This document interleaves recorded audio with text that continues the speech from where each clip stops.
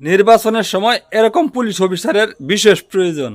এই নির্বাচনে জনগণ কিন্তু আমাদের চেয়ে বেশি একতাবদ্ধ, এটা নিশ্চিত থাকেন যে এই নির্বাচনে কেউ যদি সেই আগের সিস্টেমে যে বললাম 10টা গুন্ডা 10টা হুন্ডা মাঠ ঠান্ডা এই পদ্ধতিতে যায়, এ হবে মহা আহাম্মক, এবং জনগণও তাদের সাথে সাথে বুঝাই দিবে।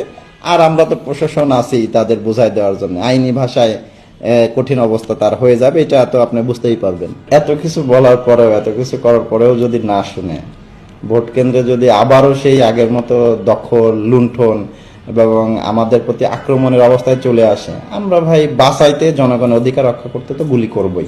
এবং সবে চাঁদা দল ভোট কেন্দ্রে কিন্তু দেখায়ও না বল, খেলা কিন্তু পরে আবার সামলাতে পারবা না।